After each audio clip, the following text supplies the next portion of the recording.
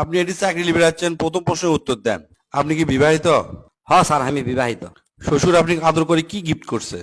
Sir তেমন কিছু নয়, একটা বাইক দিছে আর কি, মোটরসাইকেল। আচ্ছা ঠিক আছে, কোনো সমস্যা নাই।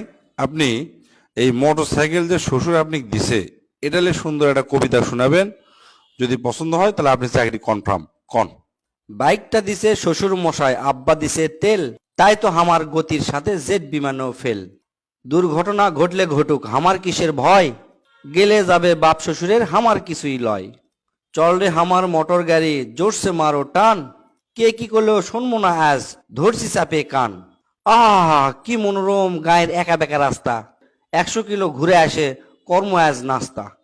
এমন গতির তোল মোড়ে আজ আমার গতি দেখে, থমকে যাবি পথের পথিক, পথ চলা রেখে। গতির চোটত কাঁপিচ্ছে মানুষ, উড়িচ্ছে পথের ধুলা, তিরিং বিরিং করে লাফাচ্ছে পথের ধারের বান্দা ছাগলগুলা।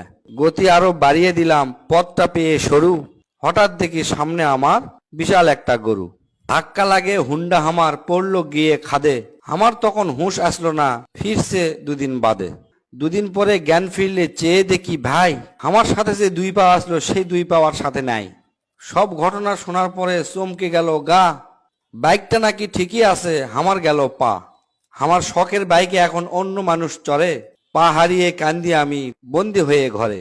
ঘরে বসে ভাবি যদি পাটা পেতাম ফিরে, তিরিং বিরিং ছেড়ে আমি বাইক চালাতাম ধীরে।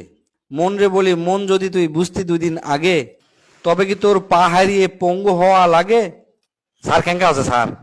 আরে হসে তো সেই সাংঘাতিক, তো চাকরি হয়ে গেছে, কিন্তু এটা তো তোর কবিতা মনে হচ্ছে না, এটা অন্য মানুষের লেখা দেলায়।